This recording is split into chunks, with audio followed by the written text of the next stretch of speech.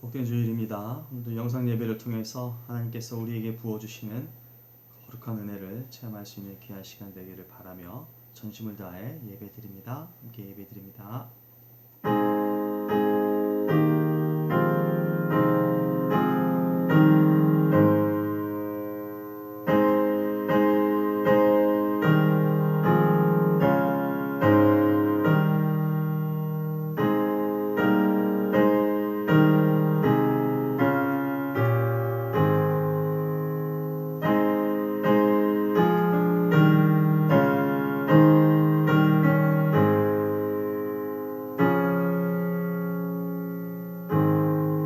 왕이신 나의 하나님이여, 내가 주를 높이고 영원히 주의 이름을 송축하리이다. 아멘. 좋으신 하나님, 복된 주일 허락하셨습니다. 예배를 우리 가운데 허락하셨습니다. 신령과 진정으로 예배드리는 우리가 되도록 도와주시되 주님께서 친히 주장하시고 인도하여 주시옵소서. 예수님의 이름으로 기원하옵나이다. 아멘. 이 시간 찬양 드릴 때에 새 찬송가 216장, 동일 찬송가 356장 찬양드립니다.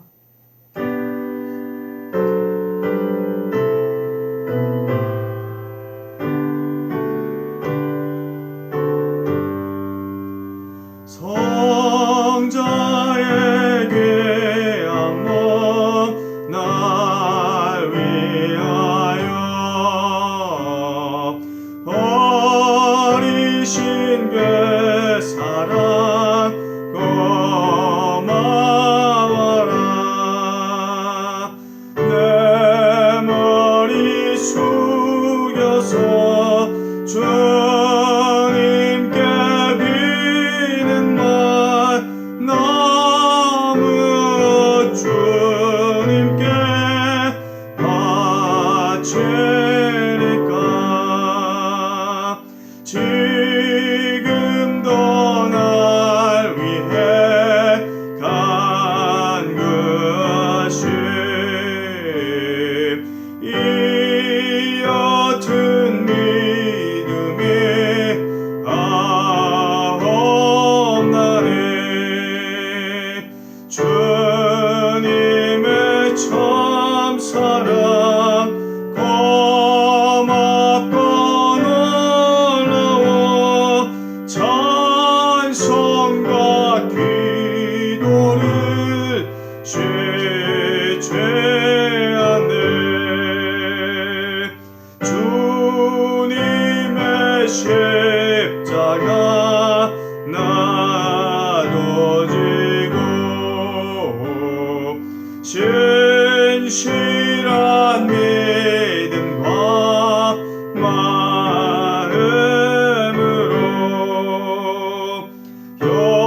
형제의 사랑과 친절한 위로를 느끼나 베풀게 하옵소서. 만 가지 은혜를 받았으니 내 평생 슬프나 즐거우나 이 몸을 온전히 주님께 바쳐서 주님만 위하여 늘 살겠네.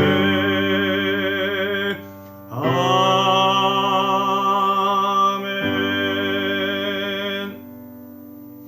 새 찬송가 322장, 동일 찬송가 357장 찬양 드리시면서 준비하신 예물 하나님께 올려드립니다.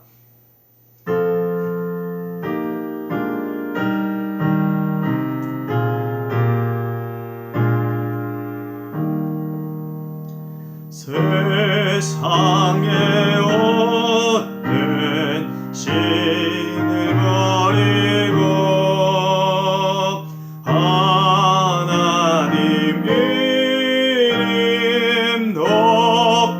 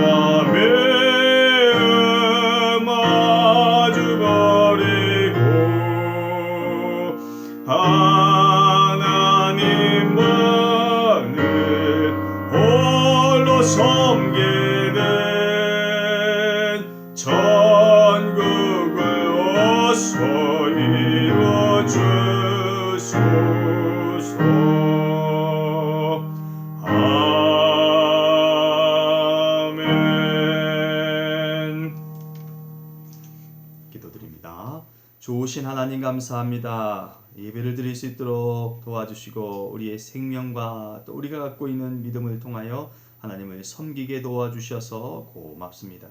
이 시간 예물을 올려드립니다. 주일 예물을 드리며 10의 1조와 주정 예물과 감사 예물과 여러 명목으로 하나님께 올려드리오니 드린 손길마다 하나님께서 복나려 주시어서 하나님으로부터 인하여 얻어지는 풍성한 은혜를 통하여 이 세상 삶을 살아갈 수 있도록 도와주시옵소서.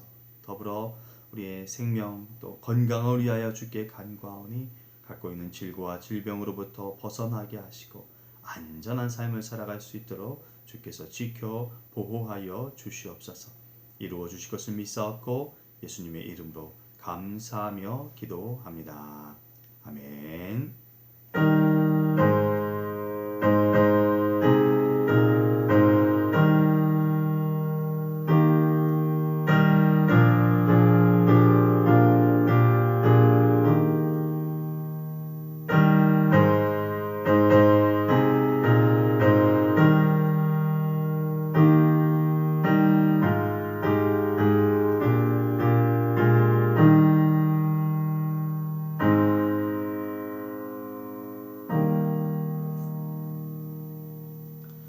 신약성경에 기록된 오늘 우리에게 주신 하나님의 말씀은 마가복음 6장 7절로 13절까지의 말씀입니다. 신약성경 62면이나 63면쯤 되겠습니다.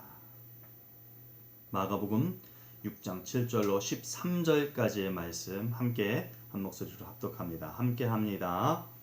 이에 모든 촌에 두루 다니시며 가르치시더라. 12 제자를 부르사 둘씩 보내시며 더러운 귀신을 제어하는 권능을 주시고 명하시되 여행을 위하여 지팡이 외에는 양식이나 배낭이나 전대의 돈이나 아무것도 가지지 말며 신만 신고 두벌옷도 입지 말라 하시고 또 이르시되 어디서든지 누구의 집에 들어가거든 그곳을 떠나기까지 거기 유하라. 어느 곳에서든지 너희를 영접하지 아니하고 너희 말을 듣지도 아니하거든 거기서 나아갈 때 발 아래 먼지를 떨어버려 그들에게 증거를 삼으라 하시니 제자들이 나가서 회개하라 전파하고 많은 귀신을 쫓아내며 많은 병자에게 기름을 발라 고치더라.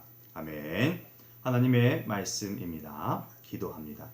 좋으신 하나님 감사합니다. 생명의 말씀을 읽었습니다. 이 말씀을 통하여 우리의 생애를 살아낼 수 있는 은총이 있도록 주님께서 도와주시옵소서. 또한 성령의 능력을 의지하며 말씀을 선언하고 선포하며 나눌 때에 우리 모두에게 하나님의 은혜가 덧입혀지도록 주님 도와주시옵소서. 예수님의 이름으로 기도합니다. 아멘.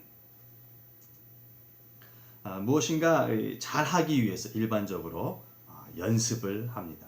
일종의 이것은 습득의 과정이겠고요. 습득의 단계이겠고요. 배움의 과정이라고 할 수 있습니다. 그런데 좀 더 잘하기 위해서 여러분 현장 학습이라는 것을 구체적으로 훈련하기도 합니다. 이 현장 학습은 마치 실전과 아주 비슷하죠. 이 과정을 통해서 실제로 자신이 해야 할 일들을 보다 체계적으로 잘 알고 익혀 알게 됩니다. 예수님의 사역에서도 이런 일이 나타납니다. 여러분 잘 아시다시피 예수님께서는 복음을 증거하시는 분이십니다. 하나님의 나라를 알게 하시고 그를 통하여 사람들로 하여금 구원을 얻는 그런 일을 하십니다. 예수님께서는 그 사역을 위해 보내심을 받았는데 혼자 이 일을 하시지 않고 그 일을 위하여 또 다른 제자들을 부르셨습니다. 함께하는 제자들, 그들은 예수님의 사역을 보고 직간접적으로 그 사역에 대한 것들을 이해하게 되죠. 경험을 하게 됩니다. 이것 훈련이자 연습의 기간 보냈다고 판단이 됩니다. 그러나 이제 여러분 그들의 차례가 되고 맙니다. 실전에 독립하여 쓰이게 됩니다. 우리 7절 말씀 한번 보실까요? 12 제자를 부르사 이렇게 기록하고 있습니다. 우리들도 살면서 이 부름을 사용하고 이용합니다. 아내를 또 남편을 부르죠. 또 자녀들을 부르기도 합니다. 또한 사회 속에서 동료나 여러 사람들을 부를 때도 있습니다. 여러분 그냥 부르지 않죠. 목적이 있기에 부릅니다. 그것이 비록 하찮고 아무것도 아닌 것처럼 여겨진다 해도 분명한 이유가 있을 때 우리는 이 부름을 사용합니다. 예수님의 경우도 마찬가지입니다. 그러나 보다 중요하게 볼 것은 예수님께서 제자들을 부르셨다는 것은 단순한 부름이 아니라는 것입니다. 이곳에 사용된 부름, 이것은 중요한 의미나 교훈 혹은 가르침을 줄 때 사용하는 단어입니다. 그것이 무엇일까요? 예수님께서 제자, 특별히 12제자를 부르신 것은 이번이 처음이 아닙니다. 마가복음 3장 13절에서 예수님은 지금의 제자들을 부르시고 택하셨습니다. 그리고 그 부르신 이유에 대해서 성경은 이렇게 기록합니다. 마가복음 3장 14절 중반 이후에 보면요. 이는 자기와 함께 있게 하시고 또 보내사 전도도 하며 귀신을 내쫓는 권능도 가지게 하려 하심이라라 라고 기록하면서 예수님께서 왜 그 제자들, 특별히 12제자를 택하셨는지에 대해서 언급을 하죠. 3장에서 이 전도와 권능을 갖게 하기 위한 부르심에 대한 성취가 오늘 우리가 읽은 이 6장에서 드디어 이루어지게 됩니다. 사도 바울은 이런 말씀을 합니다. 디모데 후서 2장 20절로 21절 가운데 기록된 말씀인데요. 큰 집에는 금그릇과 은그릇뿐만 아니라 나무그릇과 질그릇도 있어 귀하게 쓰이는 것도 있고 천하게 쓰는 것도 있나니 그러므로 누구든지 이런 것에서 자기를 깨끗하게 하면 귀히 쓰는 그릇이 되어 거룩하고 주인의 쓰심에 합당하며 모든 선한 일에 준비됨이 되리라. 아멘. 공동번역 성경은요, 이 깨끗하게 하면 이 대목을요, 모든 악을 버리고 자기 자신을 깨끗하게 하는 사람은 이라고 번역을 합니다. 또한 현대인의 성경은 준비함이 되리라 라고 하는 구절을 주인이 온갖 좋은 일에 요긴하게 쓸 수 있는 귀하고 거룩한 그릇이 될 것입니다 라고 번역을 합니다. 목적에 맞게 쓰임에 대해 권고합니다. 사도 바울의 말씀입니다. 그러나 그냥 쓰임받지 않음에 대해 또한 주지시키고 있음은 명백합니다. 훈련은 부족한 것을 채워주는 시간일 뿐만 아니라 나쁘고 잘못된 것을 고치는 그런 기간이 되기도 합니다. 아니 마땅히 그런 과정을 겪게 됩니다. 그래야 온당하게 사용되며 정확하고 바른 모습을 지닐 수 있기 때문입니다. 다시 말하면 사용되어져야 할 것에 맞는 자가 되게끔 그렇게 가꾸어 나는 기간이 된다는 것입니다. 예수님이 제자들을 부르시고 그에 걸맞는 일들을 맡기셨다는 것을 통해 추론해 볼 수 있는 부분입니다. 이제는 제자들이 예수님이 하신 사역을 잘 감당할 수 있는 준비가 되었다고 인정할 수 있는 그 수준까지 도달했다는 것이겠죠. 일을 할 수 있다는 것은 감격적인 것입니다. 사람들은 이를 통해 살 수 있고 이를 통해 자신을 발견하며 스스로 세움받음에 대해 감격합니다. 존재감을 갖게 된다는 것이죠. 더 나아가요. 여러분 주님의 일을 한다는 것은 성도로서 갖게 되는 최고의 기쁨 중에 하나임이 분명합니다. 성도 본연의 정체성에 맞는 자가 되었음을 밝혀주는 대단한 이유가 되기 때문이겠죠. 하나님의 사역을 보면 알 수 있습니다. 혼자 하신 것을 제외하고는 하나님께서 하나님의 일을 하실 때에 사람들과 함께 하셨습니다. 때론 선지자들을 쓰셨고 사사들을 쓰셨으며 사도들을 쓰셨고 이름 없는 무명의 여인들도 하나님께서는 하나님의 일에 동참케 해주셨습니다.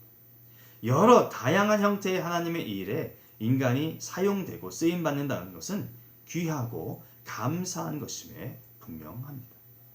여러분들에게 하나님을 섬기고 교회를 섬기며 하나님의 일에 함께 하기를 열망하는 여러분들에게 어떤 형태로든 이런 감격이 있는 신앙생활이 될 수 있기를 소망합니다. 그러기 위해 주어진 단련의 시간들 혹은 훈련의 그 혹독한 과정들이 나를 너무 힘들게 하는구나, 나를 괴롭게 하는구나 라는 식의 고통이나 슬픈 일 없기를 바라는 그런 것으로 여겨지는 것이 되지 않기를 바랍니다. 예수님과 함께 했다는 것은 그리 낭만적이거나 안정적인 삶을 보장하는 것은 아니었습니다. 뚜렷한 목적은 있지만 예수님의 삶의 형태는 나그네이지 않습니까? 여러분, 예수님께서 인정하신 것 아니던가요? 예수님께서 그런 말씀을 하시죠. 여우도 굴이 있고 공중의 새도 거처가 있으되 인자는 머리 둘 곳이 없다라고 말씀을 하셨습니다. 게다가 예수님과 함께 한다는 것은 자신들이 이제껏 쌓았던 경력 아니면 기득권을 포기하거나 잃는 것과 마찬가지기에 삶에 있어서 인생을 살아가는 데서 어떤 질적인 측면을 본다면 예수를 함께하는 제자들에게는 큰 이득이 될 것은 없습니다. 어부요, 의사이며 혹은 세관이었던 자들이 생전 처음 접하는 그저 복음을 증거하는 전도자의 수발을 드는 일을 하니 이것은 저들이 기대하거나 예상했던 것은 아니었을지도 모르겠습니다. 그러나 여러분, 제자들이 경험한 예수님과 함께한 그 시간들이 있었기에 지금 파송의 가슴 벅찬 이런 순간이 있었음을 기억할 수 있기를 바랍니다. 여러분들이 기대하지 않고 예상치 못했던 교회 공동체를 통한 여러 사건들이 혹은 개인사의 신앙 여정에서 발생하고 대처하며 겪었던 그 문제들이 여러분들을 예수님이 원하시는 요긴하게 좋게 쓰이는 그릇들로 만드는 과정이었음을 믿음으로 고백하시고 더 잘 살아낼 수 있는 우리들에게 주어진 현재의 삶을 더 알차게 살아낼 수 있는 그런 우리가 될 수 있기를 바랍니다. 이런 과정들이 있고 또 거듭되어지는 이유가 무엇입니까? 복음을 증거하는 전도자의 길을 가게 하기 위함입니다. 그 목적과 뜻에 맞게 하기 위함이라는 것을 늘 상기하시면서 생애를 보내실 수 있기를 진심으로 소망합니다. 그런데요, 여러분, 7절 말씀을 보니까요, 둘씩 보내십니다. 누가복음 10장에서 70명의 전도자를 보내실 때도 둘씩 보내셨다고 하는데 저자 마가가 이곳에서 왜 둘씩 보내는지에 대한 그 명확한 이유를 설명하지 않았기에 우리는 사실상 정확한 이유는 알 길이 없습니다. 그저 어찌 보면 신명기 17장을 통해서 기록된 어떤 일에 대해서 증언할 때 그 확실성을 위해서 두세 사람 이것들을 필요로 하는 것에 근거해서 볼 때 예수님께서 복음을 증거할 때도 당시 시대 사람들이 그러한 배경 가운데 놓여 있기 때문에 한 사람이 하는 것보다는 두 사람이 하는 것이 보다 더 명확한 복음의 확실성을 증거할 수 있겠다라는 판단에 하셨을 수도 있겠다라는 그저 추론을 할 수 있을 뿐입니다. 그렇다면요, 오늘 우리들의 현실에서는 어떨까요?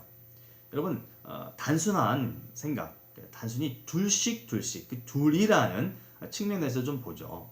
전도서 4장 12절에는 이렇게 말씀을 합니다. 한 사람으로서는 당해낼 수 없는 공격도 두 사람이면 능히 막아낼 수 있으니 삼겹줄은 쉽게 끊어지지 않는다. 아멘. 혼자가 아님은 함께하는 자가 있음은 우리에게 힘이 됩니다. 사도행전 6장에서 교회의 일꾼을 뽑는데요. 초대교회 7명의 집사들이 선출이 됩니다. 오늘날 교회마다 교회의 일꾼 되는 직분자들이 있습니다. 여러분, 그 숫자가 교회마다 동일하지 않습니다. 그렇죠? 교회마다 다릅니다. 다 다른 직분자들을 교회가 갖고 보유하고 있습니다. 제 생각에는 적어도 각 교회가 교회의 나름의 살림을 살아나가는 데 있어서 그리고 또 그 교회가 해야 할 사역을 감당함에 있어서 필요하기에 저마다 다르지만 저마다 다른 숫자를 이 땅의 지역교회들이 지교회들이 갖고 있지만 정작 그 숫자라고 하는 것은 그 교회에 적합한 숫자라고 여겨집니다. 본문에서의 둘씩을 그런 차원에서도 이해해 봄직합니다. 마가복음 3장에서 12의 제자들을 세우시고 실제로 지금 사역에 투입시키는 것은 이번이 처음입니다. 처음 있는 일이니 예수님도 사실상 염려스러움이 좀 계셨을 수도 있겠죠. 그리고 당사자들, 제자들도 두려움이나 걱정이 앞섰을지도 모르겠습니다. 그것을 떨쳐버리고 좀 더 힘을 낼 수 있는 것, 같은 뜻을 지니고 함께 할 수 있는 그런 조력자, 동력, 함께하는 이가 있다면 좀 버텨내고 이겨내기가 쉽지 않을까요? 가정이나 사회나 이런 것은 매한가지 않을까 싶습니다.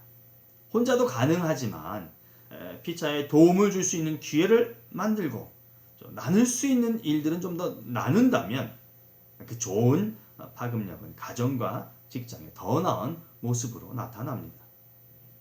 물론 교회도 두말할 것 없죠. 의지하고 함께할 힘이 되는 서로가, 우리 모두가 서로가 그런 존재가 있다면 교회는 더 역동적으로 건강한 교회를 이룰 수 있을 것입니다. 바라건대 나 아니어도 누군가가 그렇게 하겠지. 나 아니어도 될 거야 라는 생각은 좀 버리시고요. 우리 모두가 이 둘씩의 모습, 내가 누군가의 두 번째가 되어주는, 또 누군가는 나의 두 번째가 되어주는, 아니 첫 번째라고 표현해도 좋겠죠.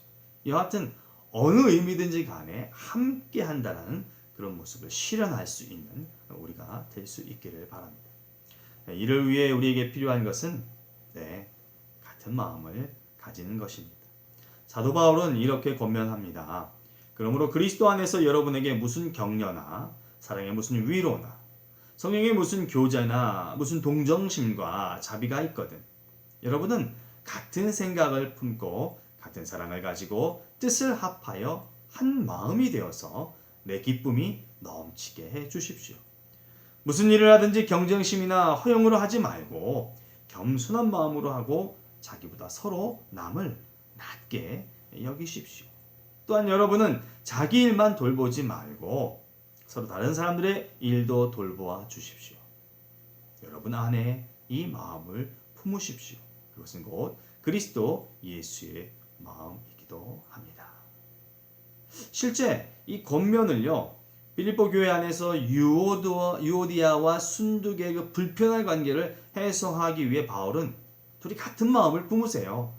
예수 그리스도의 마음을 통하여 자신들의 모습을 변화시키세요 라고 하는 권면, 당부를 합니다. 이것은 사실 우리들에게도 꼭 필요한 것입니다. 사역을 하다가 생기는 그 심적 어려움, 또 그를 통해 관계가 껄끄러워지는 것을 반드시 막게 하기 위해서 그리스도를 통한 같은 마음, 사역을 성취하기 위해서 동일한 목적의식을 가지는 것, 반드시 우리에게 있어야 하고 성취하여야 될 부분입니다. 그를 통하여서 그리스도의 동지로서의 좋은 모습을 교회 안에서, 가정 안에서, 세상 안에서 세워야 합니다.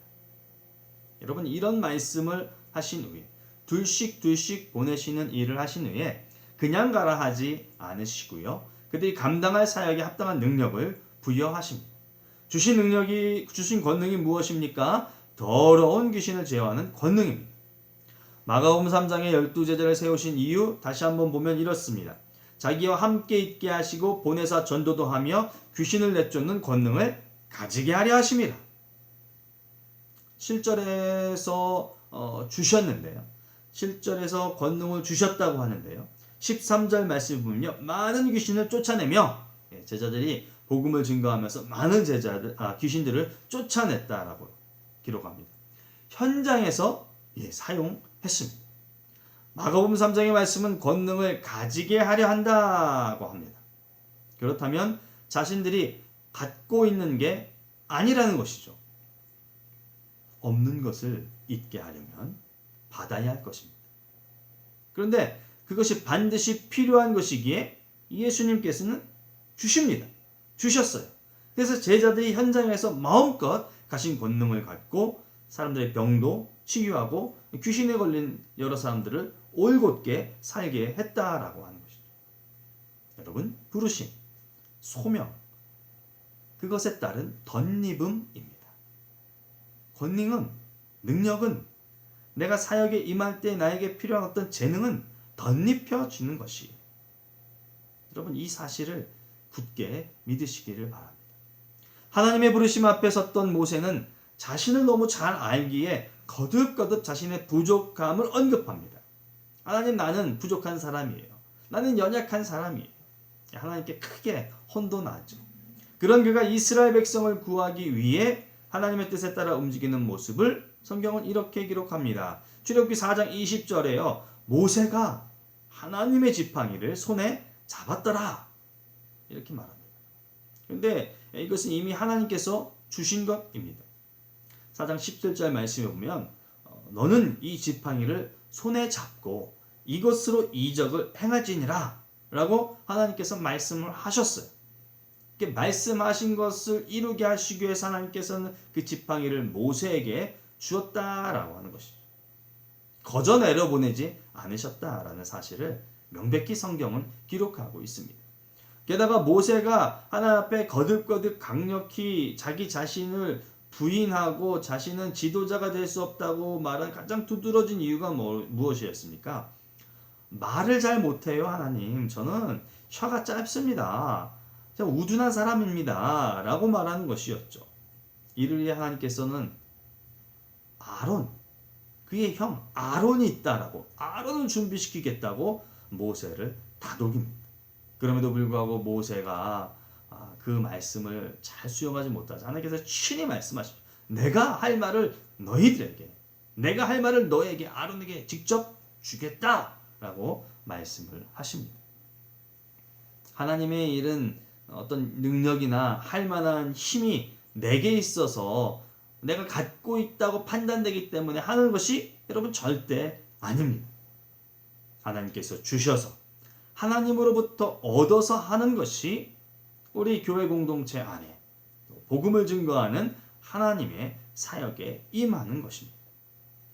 하나님께서 허락하신 사역에 매진하시는 여러분 각자에게도 이런 은사가 있다, 이런 은혜가 있다 믿으시기를 바랍니다.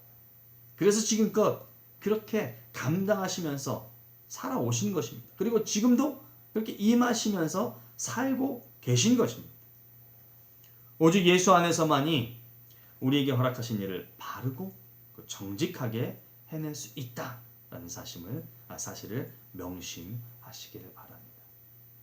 여러분, 그리고는 소명을 감당하기 위한 자세에 대해서 설명을 합니다. 사역을 감당함에 있어서 있어야 할 것들과 있어서는 안 될 것에 대해서 언급을 하시죠. 가져야 할 것이 있음을 지적하십니다. 가르쳐 주세요. 8절과 9절과 10절 말씀을 통해서 보면 지팡이, 신, 머물 곳 이런 것들은 있어야 된다고 말씀을 하십니다. 그러나 복음을 증거하고 전도를 나가는 자들에게 있어서 가지지 말아야 할 것에 대해서 또 8절과 10절에 이야기하는데요. 양식이나 배낭이나 돈이나 또 두벌 옷, 여분의 옷 이런 것들은 있어서는 안 된다라고 이야기를 합니다. 여러분, 기본적으로 사역을 위해서 해야 할 것, 있어야 할 것, 그게 있구나라는 것을 좀 이 말씀을 통해서 우리가 기억할 수 있기를 바랍니다. 마음으로 준비가 되었어. 생각으로 나는 준비가 되었어. 심적으로 준비가 되었다라는 것만으로 사역을 감당할 수 있다? 이건 어쩌면 우리의 오산인지도 모르겠습니다. 사역을 감당할 수 없다고 보는 것이 맞는 것 같아요. 마음의 준비만 갖고서는. 그런데 이것은 우리도 뻔히 아는 것입니다. 이게 마음만으로 갖고는 되지 않을 수 있다는 것을 뻔히 알아요. 그럼에도 불구하고 이것을 인정하지 않으려는 우리 얄팍한 꼼수가 나타날 때가 왕왕 있다는 것이죠. 사역에 임할 때. 마음의 준비가 모든 것을 해결하지 않습니다. 실제의 사역이기 때문에 그렇습니다. 마음의 결단이 이루어졌다면 그것을 실천할 수 있는 구체적인 방법, 수단 이런 것도 있음을 알고 우리는 이루어야 하겠습니다. 헌신이라고 하지 않던가요? 이런 몸을 드리는 것입니다. 시간을 드리는 것이에요. 내가 이 땅에 사는 생애를 통하여서 나를 드리는 것입니다. 그렇다면 거기에는 내 몸 당연히 들어가겠죠. 준비된 내 마음도 곁들여져야 할 것입니다. 시간 따라가고요. 돈도 드려야 하는 것이죠. 움켜쥐지 않고 내어드릴 수 있는 그 여러 가지 형태의 실제적인 것들이 동반되어야 한다라고 하는 것입니다. 여러분, 이 부분을 우리가 깊이 숙지할 수 있기를 바랍니다. 이스라엘은 광야에서 성소를 만들 예물을 드렸습니다. 성경은 이런 이스라엘의 모습을 이렇게 기록합니다. 백성이 아침마다 자원하는 예물을 연하여 가져왔으므로, 출애굽기 36장 3절인데 계속해서 자주 가져왔다는 것입니다. 이것에 대해서 이 일을 담당하는 자들이 이렇게 요청을 하죠. 각기 하는 일을 중지하고 와서 모세에게 말하는 겁니다. 백성이 너무 많이 가져오므로 쓰기에 남음이 있나이다. 여러분 상상이 되세요? 여러분 한번 생각해 보실까요? 400여 년의 오랜 세월을 애굽에서 불평등한 대우를 받으며 살던 이스라엘 백성인데요. 대체 성소에 쓰일 그 많은 그리고 쓰기에 합한 예물들, 그 재료들을 어떻게 예물로서 모세 앞에 낼 수 있었으며 그것들이 어떻게 이들에게 있을 수 있었던 것일까요? 그에 대한 답이 출애굽기 12장 35절로 36절에 나옵니다. 이렇게 기록합니다. 이스라엘 자손이 모세의 말대로 하여 애굽 사람에게 은금 패물과 의복을 구하매 여호와께서 애굽 사람들에게 이스라엘 백성에게 은혜를 입게 하사 그들이 구하는 대로 주게 하심으로 그들이 애굽 사람의 물품을 취하였더라. 아멘. 여러분 하나님께서 허락하신 것입니다. 없던 자들이었어요. 없던 자들에게 하나님께서 있게 해주신 것입니다. 여러분 이것이 오늘을 사는 소위 우리들이 갖고 있는 우리들의 소유에 대한 믿는 자로서의 믿음의 고백이 될 수 있기를 진심으로 바랍니다. 여러분들의 기술, 재능, 여러분들의 성실함, 여러분들의 열심으로 일궈낸 것 맞습니다. 여러분들이 오늘날 그렇게 풍성한 아니 넉넉하지 못하다 할지라도 내가 소유를 지니고 있다라고 하는 것은 분명히 여러분들의 땀과 노력이 거기에 깃들여 있습니다. 하지 않았다면 잊지도 못할 것이고 얻을 수도 없었을 그 소유이기 때문에 이것은 분명한 것입니다. 그러나 여러분 그런 마음과 기회와 그런 것들을 얻을 수 있는 관계를 허락하신 하나님이 계셨음을 인정하는 그런 신앙인이 되실 수 있기를 바랍니다. 그리고 이미 그렇게 되신 신앙인인 여러분들의 하나님의 사역에 선하게 내어드릴 수 있는 귀한 여러분의 인생 그런 손길들이 되실 수 있기를 주님의 이름으로 축복합니다. 하나님으로 인하여 하나님을 통해서 내가 나의 소유를 누리게 되었다라고 하는 생각을 늘 지닐 수 있기를 바랍니다. 성경은 신앙인이 된 것으로 만족하며 살 것을 말하지 않습니다. 그리스도인이 된다는 것은 복음의 전도자가 된다는 것임에 분명합니다. 여러분 뒤로 물러서는 자들이 되지 마시고 부르심에 합당한 권능을 받고 성령의 충만함을 통해 교회 공동체와 더 나아가 복음이 필요한 곳에서 가장 합당하고 바르게 쓰임받는 하나님의 선한 도구가 되시기를 주님의 이름으로 축복합니다. 하나님께서 여러분들을 세우셨어요. 교회 공동체를 위하여 세우셨어요. 그리고 공동체가 되게 하셨습니다. 둘씩 허락해 주셨어요. 또한 우리 교회 공동체를 이루어 나갈 수 있도록 권능도 주시고 우리 가운데 힘도 부여하여 주셨습니다. 감사한 마음을 갖고 감격의 마음을 갖고 하루하루를 하나님께서 주시는 그 힘을 의지하여 기쁨으로 생을 살아나가실 수 있기를 주님의 이름으로 축원합니다. 기도합니다. 좋으신 하나님 감사합니다. 우리에게 하나님의 복음을 증거할 수 있는 귀한 자로 세움을 허락해 주시니 고맙습니다. 이 사역이 참으로 중요한 것이기에 홀로 감당하기보다는 같은 뜻을 지닌 공동체로 동역으로 묶어주시니 감사합니다. 또한 그 일을 감당할 수 있도록 권능도 부여해 주시니 고맙습니다. 하나님, 이 일을 잘 감당할 수 있기 위하여 항상 하나님께서 주신 그 뜻을 우리가 깊이 새기며 이 땅에서 우리가 해야 할 몫에 대해서 헌신하는 우리가 되도록 도와주시옵소서. 안정과 안위만을 쫓는 자들이 되지 말게 하여 주시고 복음을 위하여 진정으로 헌신해 나가는 우리가 되게 도와주시옵소서. 이 일을 통하여 하나님의 나라가 확장되는 감격 얻게 도와주시옵소서. 예수님의 이름으로 기도합니다. 아멘. 축도함으로 예배를 마칩니다. 교회 머리가 되신 우리 주 예수 그리스도의 은혜와 하나님 우리 아버지의 무한하신 사랑과 성령님의 감동 감화 교통 인도하심, 복음 사역을 위해 훈련받고 쓰임받고 권능받았음을 믿고 이 세상 삶을 살아나가기를 다짐하면 모든 성도들 위해 저들의 가정과 직장과 사업과 학업 위에 영원토록 함께하옵시기를 간절히 축원하옵나이다.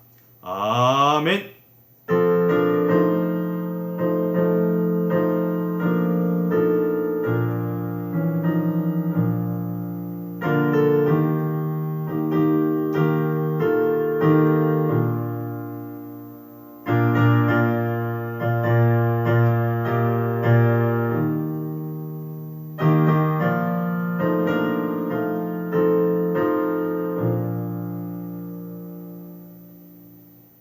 샬롬, 주님의 평안을 빕니다.